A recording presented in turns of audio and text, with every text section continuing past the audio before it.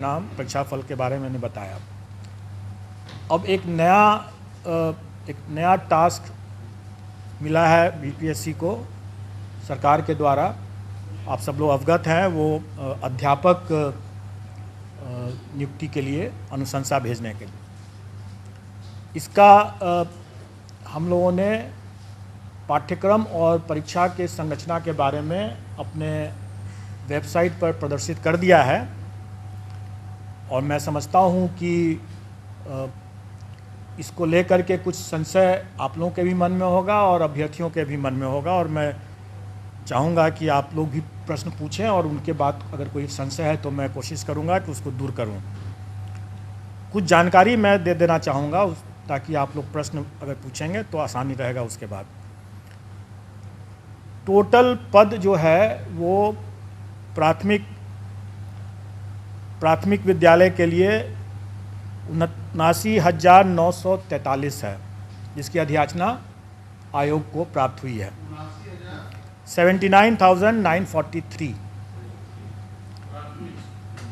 उसके बाद माध्यमिक विद्यालय के लिए 32,916, 32,916। और उसके बाद हायर सेकेंडरी के लिए 57,602, 57,602। टोटल होता है 1,70,461, 1,70,461, जिस 61 आप लोग भी टोटल कर लेंगे।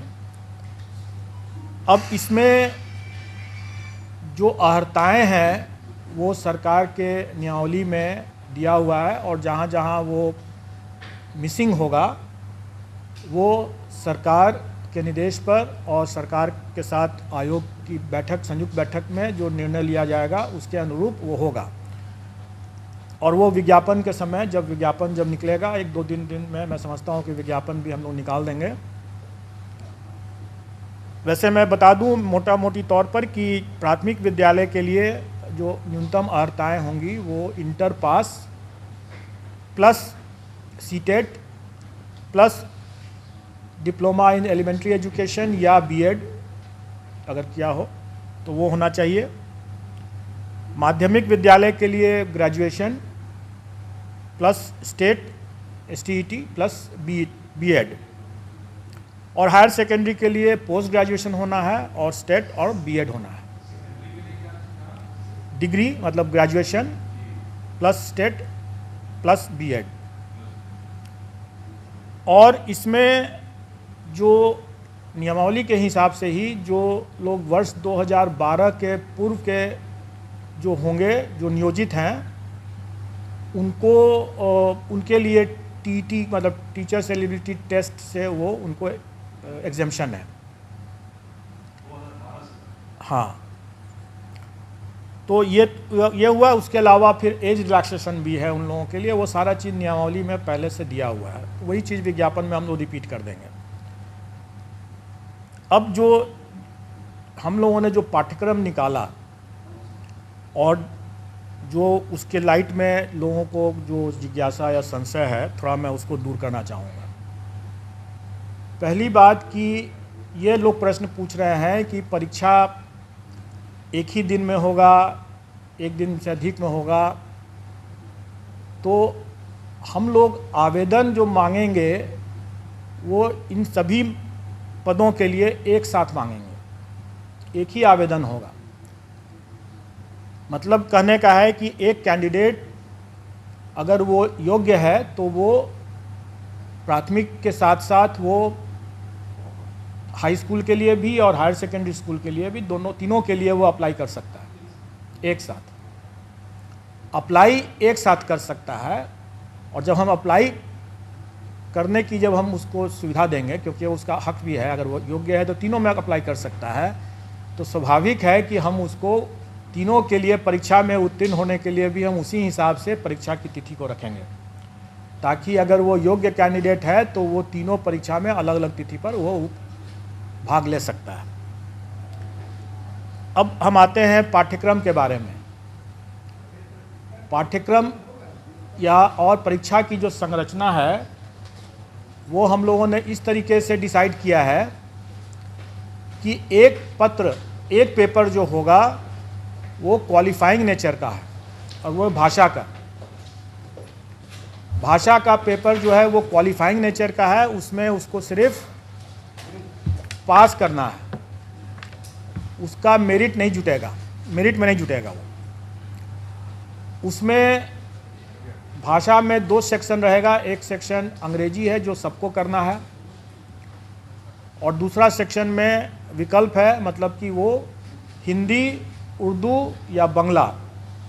क्योंकि हमारे पास जो पद आए हैं प्राथमिक में, उसमें बांग्ला के लिए 148 पद है, उर्दू के लिए 12,729 पद है और बाकी जो प्राथमिक के जो बाकी हैं वो सामान्य मतलब हिंदी के हैं।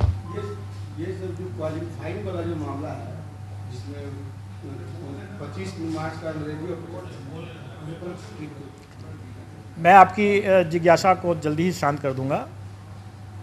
25 मार्क्स जो रहेगा वो, और सभी एग्ज़ाम जो हमारे हैं वो MCQ बेस्ड हैं, मतलब कि ऑब्जेक्टिव टाइप के हैं, मल्टीपल चॉइस क्वेश्चंस रहेंगे। और क्वालिफाइंग नेचर का जो पेपर भाषा का है उसमें अंग्रेजी 25 नंबर के रहेंगे, 25 प्रश्न, और हिंदी या उर्दू बांग्ला जो रहेगा वो 75-75 का रहेगा।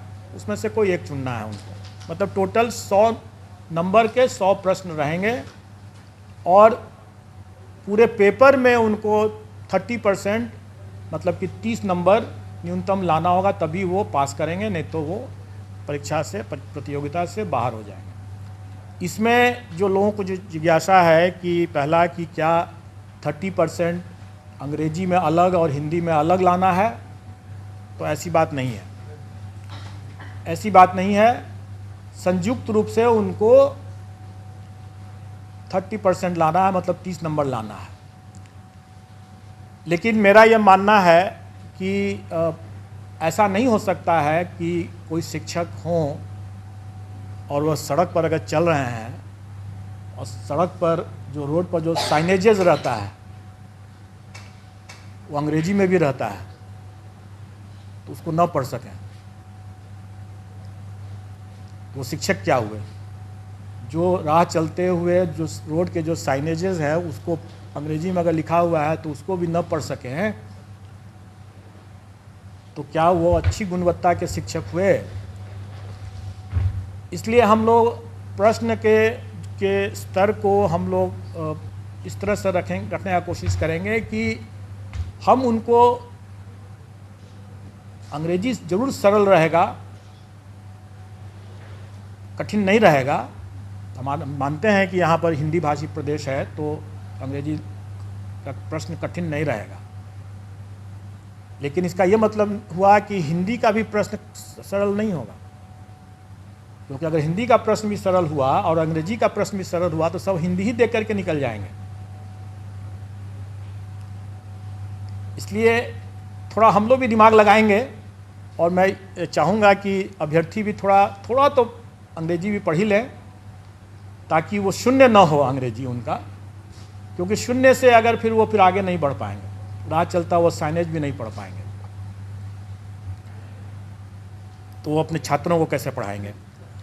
ये रही बात जो हमारे वैकल्पिक जो क्वालिफाइंग नेचर के जो भाषा का जो पत्र है उसके बारे में मैंने बतलाया।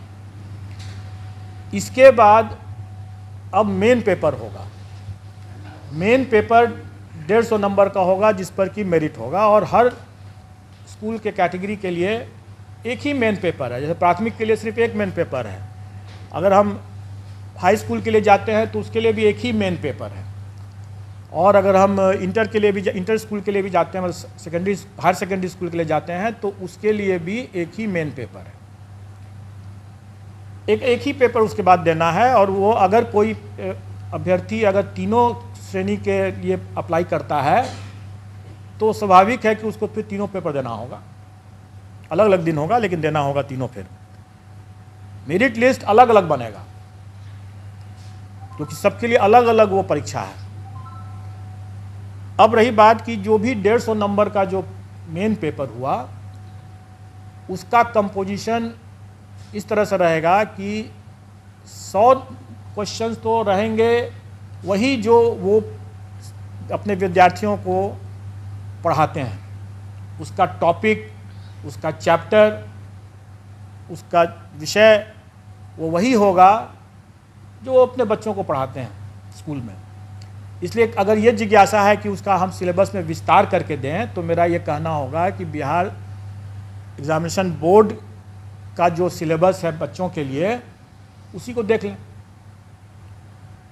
उसी को पढ़ लें, चैप्टर उसी के हिसाब से कंप्लीट कर लें, उनका डिटेल सिलेबस हो जाएगा। अगर मान लें कि अगर कोई फिजिक्स का देखता है या कोई हिंदी का देखता है, तो जो अगर कोई इंटर का अगर है वो विषय, तो इंटर में जो पढ़ाई होती है एक फिजिक्स के स्टूडेंट के लिए, उसका वही रहेगा, चैप्टर कंटेंट्स वही रहेगा।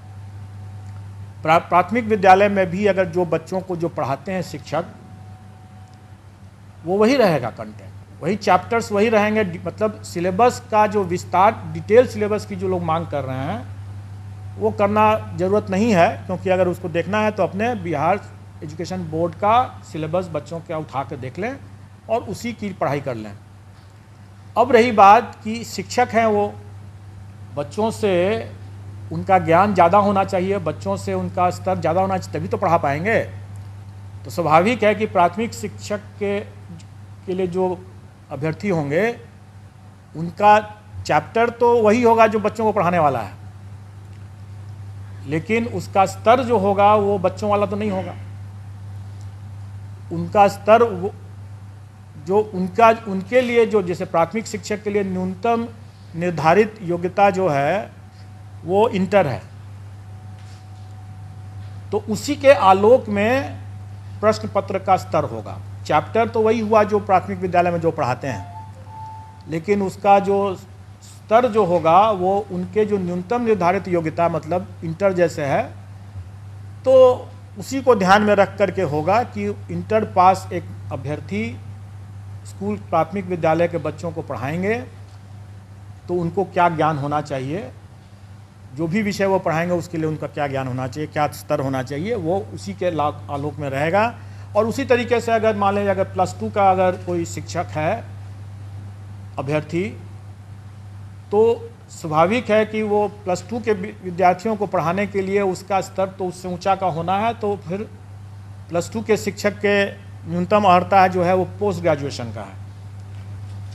तो पोस्ट ग्रेजुएशन का है तो हम लोग उसी के आलोक में कि वो इंटर के बच्चों को पढ़ाने वाले पोस्ट ग्रेजुएट अभ्यर्थी हैं, तो प्रश्नों का स्तर क्या होना है वो उसी के हिसाब से हम लोग तय कर लेंगे। तो अब इसमें इसको लेकर के जो लोगों को कन्फ्यूज़न था कि हमारा क्या रहेगा, पाठ्यक्रम का कैसे मतलब डिटेल क्या रहेगा, तो मैंने बता दिया। अब रही बात कि ये तो 100 नंबर के हुआ, बाकी 50 नंबर के जो रहेंगे वो सामान्य ज्ञान जो है, जनरल साइंस कर लें, जनरल स्टडीज़ कर लें, वो बेसिकली जो पहला जो 100 नंबर का जो हुआ वो उनके नॉलेज का टेस्ट होगा, और बाकी जो 50 नंबर का जो होगा वो उनके इंटेलिजेंस का टेस्ट होगा। मतलब कि उसमें मेंटल एबिलिटी रहेगा वगैरह वगैरह, रीजनिंग रहेगा और इसी तरह के मिलते जुलते चीज़ रहेंगे, जो उनके कुछ हो सकता है कि सामान्य तरह का जो एक किसी भी जागरूक नागरिक को या शिक्षक को थोड़ा बहुत ज्ञान होना चाहिए सामान्य ज्ञान का, तो वो उसी तरह का रहेगा। वो बहुत ऐसा बिल्कुल नहीं रहेगा कि हम कोई, जो लोग ये आशंकित हो रहे हैं कि हम SDM बना रहे हैं, ऑफिसर बना रहे हैं, ऐसी बात नहीं है। वो भी लोक सेवक ही होंगे और जो SDM जो हैं वो भी लोक सेवक ही होंगे, और किसी भी एक लोक सेवक को एक जो सामान्य ज्ञान का जो स्तर होना चाहिए, इसका स्तर उतना ज़्यादा नहीं होगा, जो कि स्पष्ट है। लेकिन इसमें 50 नंबर जो रहेंगे वो उनके विषय ज्ञान से हट करके ये उनके सामान्य ज्ञान, जो उनकी बुद्धिमत्ता का जो हम असेस करने का प्रयास करेंगे इसमें। अब रही बात कि इस पूरे मामले में हम लोगों ने इस बात शुरू से ही स्पष्ट कर दिया है कि इसमें तुक्केबाजी को हम प्रश्रय नहीं दे सकते हैं। मेरा ये मानना है कि अगर कोई ऑफिसर अगर है तो वो ऑफिसर जिसे सिविल सर्विसेज का हम एग्ज़ाम लेते हैं, वो कोई भी विषय पढ़ के आता है, लेकिन वो उस विषय का उपयोग नहीं करता है अपने कार्य में। अगर वो मान लें कि फिजिक्स पढ़ के आया तो सीधे वो फिजिक्स का उपयोग थोड़ी कर रहा है अपने कार्य में, लेकिन शिक्षक जो है वो सीधे अपने उस ज्ञान का उपयोग कर रहा है। अगर वो फिजिक्स पढ़ के आया है या हिस्ट्री पढ़ के आया है तो वो उसका उपयोग कर रहा है अपना ज्ञान बांटने में, अपने विद्यार्थियों को पढ़ाने में। वो अपने ज्ञान के मामले में तुक्केबाजी अगर करते हैं तो ज़्यादा खतरनाक होगा, वो बच्चों के लिए भविष्य से खिलवाड़ वाली बात होगी। इसलिए हम उनको तुक्केबाजी पर अंकुश शुरू से ही लगाएंगे और इसलिए हम इसमें नेगेटिव मार्किंग रखेंगे। लेकिन अभ्यर्थियों को उससे घबराना नहीं चाहिए, क्योंकि आफ्टर ऑल जो वो पढ़ाएंगे बच्चों, जो उनका अपना खुद का विषय है, जिस पर उन्होंने पढ़ाई किया है और जिस पर वो आगे काम कर रहे होंगे या काम करेंगे, उसका तो उनको ज्ञान होना ही है, नहीं तो वो अपना पढ़ाएंगे कैसे। इसलिए वो चूँकि उनका ज्ञान भी है, उसका अनुभव भी है, इसलिए उनको कोई उसमें तुक्का लगाने की ज़रूरत नहीं होगी उनको। और इस बार तो मतलब कंबाइंड सिविल सर्विस की तुलना में सक्सेस रेशियो जिसमें जो होना है, जैसे 1,70,000 से ऊपर वैकेंसी है, अगर अभ्यर्थियों की संख्या हम माने कि 6-7 लाख अगर होंगे तो आप अनुपात देख लें कि सक्सेस का अनुपात काफ़ी बेहतर है कंपेयर टू जो कंबाइंड सिविल सर्विसेज एग्ज़ाम जिसमें कि काफ़ी मारामारी रहता है। तो इसमें उतना घबराने की ज़रूरत नहीं है। प्रश्न का स्तर जो होगा वो कठिन नहीं होगा, लेकिन डेफिनेटली वो एक तरह से बहुत हल्का भी नहीं होगा। वो उनके जो काम जो करेंगे, जो पढ़ाएंगे, उसको उसके ही आलोक में उसका स्तर होगा। तो नेगेटिव मार्किंग कितना होगा उसके बारे में जो लोग यहाँ पर पहले से जुटे हुए हैं आयोग के संबंध में, नेगेटिव मार्किंग संबंध में, जानते हैं कि अगर 5 ऑप्शन रहेंगे अगर, तो 1/n-1 होता है फॉर्मूला उसके हिसाब से। मतलब कि अगर 5 ऑप्शन है तो मतलब कि 4 गलत प्रश्न और 1 सही प्रश्न मिलाकर के 0 होना है। 5 ऑप्शन है तो 1/4 हो जाएगा, और अगर 4 ऑप्शन है तो 1/3 माइनस हो जाएगा। ये स्टैंडर्ड स्टैटिस्टिकल फॉर्मूला रहता है और इसका निर्णय हम लोग कर देंगे और वो परीक्षा में भी उन लोग पता चल जाएगा, लेकिन इससे घबराने की बात बिल्कुल नहीं है। और हम लोग अभ्यर्थियों को पर्याप्त समय भी देंगे पढ़ाई करने के लिए, तैयारी करने के लिए, इसलिए इसमें घबराने वाली बात तो बिल्कुल नहीं है। और अनुपात जो सक्सेस का अनुपात इतना बेहतर है, मैं समझता हूँ कि जो अगर थोड़े से भी जो लोग पढ़ा रहे होंगे, ठीक से पढ़ा रहे होंगे, तो उनके लिए कोई दिक्कत नहीं होनी चाहिए, आ जाएंगे इसमें। अब आप लोगों का अगर कोई प्रश्न बिल्कुल नहीं है, और अनुपात जो सक्सेस का अनुपात इतना बेहतर है, मैं समझता हूँ कि जो अगर थोड़े से भी जो लोग पढ़ा रहे होंगे, ठीक से पढ़ा रहे होंगे, तो उनके लिए कोई दिक्कत नहीं होनी चाहिए, आ जाएंगे इसमें। अब आप लोगों का अगर कोई प्रश्न हो इसमें। एग्जाम सर कब तक होगा सर? एग्ज़ाम कब तक होगा? एग्ज़ाम हम लोग कोशिश करेंगे कि हम लोग उनको लगभग 3 माह का हम लोग उनको टाइम तो देना चाहेंगे, 90 दिन का। दिसंबर में लगभग एग्जाम हुआ था, नवंबर तक तो सितंबर तो आपको करना। हम लोग एक साथ रोटी भी खा सकते हैं और सब्जी भी खा सकते हैं। सितंबर तक तो हम लोग मतलब तो हम लोग इस सितंबर में अगर वो परीक्षा कर रहे हैं तो इसका ये मतलब थोड़ी है कि हम लोग उसके पहले परीक्षा दूसरा नहीं दे सकते हैं। अगस्त लास्ट 90 दिन के बाद कभी भी हम लोग उसके मतलब नहीं, ऐसी बात नहीं, हम लोग आसपास हम लोग उनको पर्याप्त समय देंगे। और मोटा मोटी आप ये समझ के चलें कि अगस्त महीने में एग्ज़ाम होगा। कब सर? अगस्त महीने में एग्ज़ाम होगा। हम लोग अभी चूँकि वो यह एग्ज़ाम 4 दिन चलेगा, क्योंकि 4 पेपर हो जाते हैं, और चूँकि हमें सबको मौका देना है, प्राथमिक के लिए भी और हाई स्कूल के लिए भी और हायर सेकेंडरी के लिए भी, इसलिए वो हमें समय लगेगा उसमें। पेपर वन जो होगा सर, भाषा का जो बता रहे हैं, तो वो तीनों के लिए अलग अलग होगा? नहीं, एक ही होगा? वो तीनों के लिए एक होगा। प्राथमिक, माध्यमिक और उच्च माध्यमिक का एक ही पेपर भाषा का होगा, इसलिए आपको वो सरल होगा जी। वो सरल होगा। हम लोग चाहेंगे कि जो हमारे शिक्षक हैं वो अपने भी मतलब सर उठा करके चलें, और आप लोग भी जब जाकर के जब कभी चेक करते हैं और बोल पाते हैं कि उनको मतलब एक स्पेलिंग नहीं अपना रविवार शनिवार तक नहीं जानते हैं, तो फिर बड़ा दुखद लगता है कि वैसी नहीं होगी बात। बस उतना ही जानना है उनको, क्योंकि उसके बाद जो अपने विषय के जो हैं वो अपने विषय के तो ज्ञाता हैं ही। इसका सिलेबस क्या होगा सर, भाषा का? वही तो मैं बता रहा हूँ कि ये एक सामान्य होगा। अगर मान लें कि अंग्रेजी की बात अगर करें तो वो कम से कम अगर अंग्रेजी का अखबार उठा करके पढ़ तो सकें, 4 लाइन में कोई लिखा हुआ है तो उसको समझ तो सकें कि क्या लिखा हुआ है, उतना ही भर है, सामान्य है। कोई हम उसमें उनसे शेक्सपियर के बारे में नहीं पूछने वाले हैं। सर इसमें कट ऑफ मार्क्स जैसे था कि सर प्रधानाध्यापक बना 40 के, वो सामान्य प्रशासन का बहुत पुराना सर्कुलर है और वो सभी परीक्षाओं में लागू है, वो इसमें भी लागू है। सर अभी इंग्लिश पेपर की बात कर रहे थे, तो जहाँ तक मेरे नज़रिया है कि ग्रामीण क्षेत्र में बहुत कम ऐसे टीचर है जो इंग्लिश पढ़ाते हैं। गवर्नमेंट स्कूल में इंग्लिश का साधन नहीं है, तो लोग कैसे पढ़ेंगे और कैसे पेपर दे पाएंगे? देखिए, जैसे आप शायद पता नहीं थी कि नहीं थी, मैंने बताया कि क्या ग्रामीण क्षेत्र के लोग पटना नहीं आ रहे हैं? आ रहे हैं। और सड़कों पर आजकल पटना के सड़कों पर आप देखेंगे कि साइनेजेस जो हैं काफ़ी अंग्रेजी में लिखे हुए हैं। जितने व्हाट्सअप जो होते हैं, बहुत से व्हाट्सअप तो अंग्रेजी में भी लिखते हैं ना। सीनियर टीचर्स जो हैं, कोई एक अगर हम बिहार के भविष्य के लिए बात कर रहे हैं, हमारे बच्चे क्या उनकी सीमाओं से बच्चे की भी जानकारी या उनका जो ज्ञान जो है बाधित हो जाए? नहीं होना चाहिए।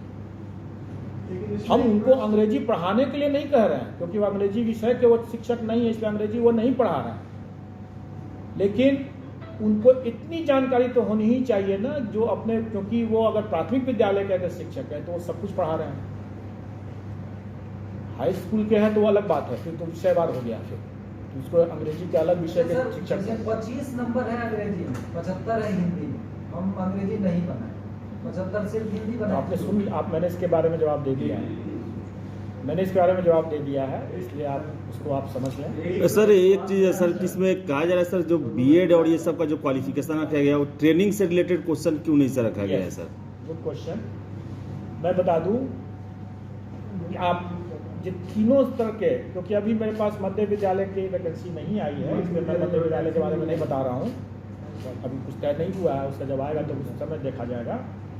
लेकिन अभी जितने भी स्तर लेवल के विद्यालय के शिक्षकों के बारे में मामला है, सब में देखेंगे कि अनिवार्य अर्हता में सीटेट एस्टेट ये है या बीएड डीएलएड है। ऐसी स्थिति में उन परीक्षाओं में प्रशिक्षण संबंधित कैसे पेडागोजी जो कहते हैं उसके संबंध में या चाइल्ड डेवलपमेंट के बारे में ऑलरेडी उसकी परीक्षा वो टीचर्स एबिलिटी टेस्ट में दे चुके हैं।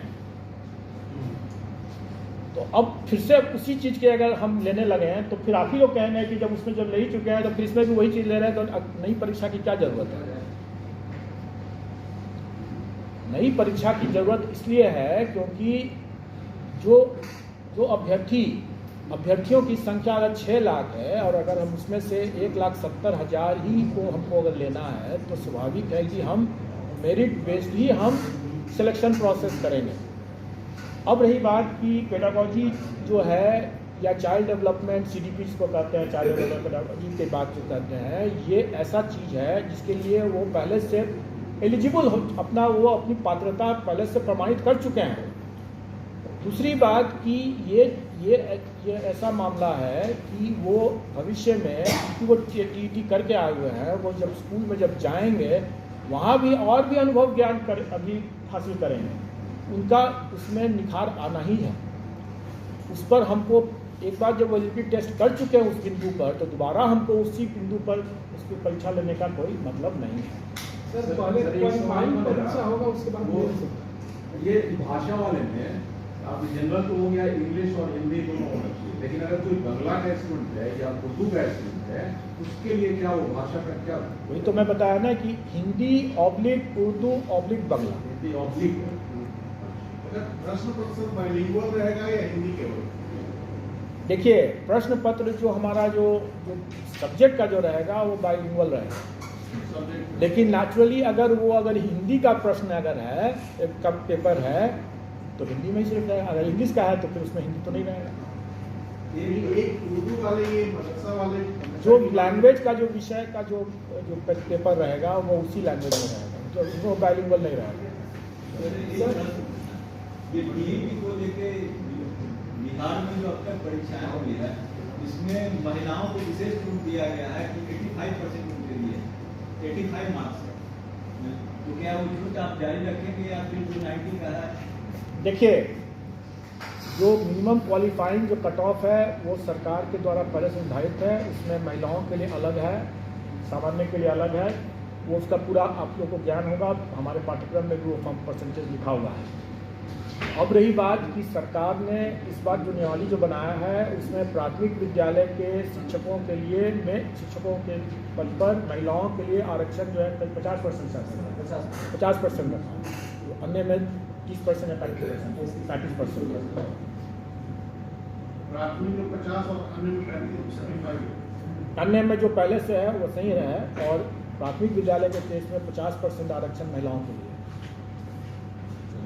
सर ये जो एग्जाम जो 2 एग्जाम होंगे तो क्वालिफाइंग एग्जाम पहले होंगे उसके बाद मेंस होंगे या इससे कोई फर्क नहीं पड़ता है, क्योंकि हमारे जो भी एग्जाम है MCQ बेस्ड हैं और इसका इवैल्यूएशन हमारे कंप्यूटर से ही होंगे, क्योंकि हम हमेशा करते आ रहे हैं।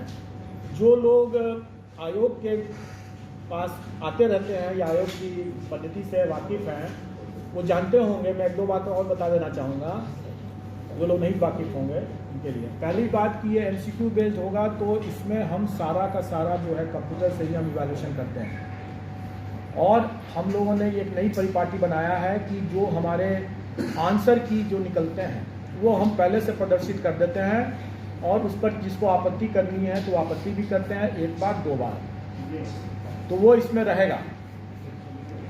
जो हम लोगों ने इतने दरमियान में जो अनुभव हासिल किया है इस तरह की परीक्षाओं को लेने में और जो सुधार किया है उसका लाभ शिक्षक अभ्यर्थियों को भी होने वाला है। तीसरा ये इसमें ये रहेगा कि पारदर्शिता बरतते हुए हम उनका OMR शीट को वेबसाइट पर उनको दे देंगे ताकि वो अपना OMR शीट देख सकें कि उन्होंने क्या किया है। ये पूरी ट्रांसपेरेंसी रहेगी। लेकिन इसके साथ साथ मैं ये भी बता दूं, उनको ये आगाह भी कर दूं कि मैं जो ये सुविधा दे रहा हूं तो उसके साथ साथ जो पारदर्शिता और जो कड़ाई जो की बढ़ती जाएगी उसके बारे में भी जानकारी दे दूं। हम लोग अपना प्रश्न पत्र जो है वो सीधे एग्जामिनेशन सेंटर में अभ्यर्थियों के सामने खोलेंगे, वो कहीं किसी सेंटर सुपरिटेंडेंट के चैम्बर में नहीं खुलेगा। वो पहुंचेगा, और जो लोग यहाँ से पहले से आते रहे हैं वो तो वाकिफ़ हैं, जो नहीं आ रहे पहली बार आ रहे होंगे, जो उनके लिए मैं बता दूं। और शिक्षक अभ्यर्थी चूँकि के लिए ये पहला अनुभव होगा, ताकि बहुत पहले जो इस वर्तमान जनरेशन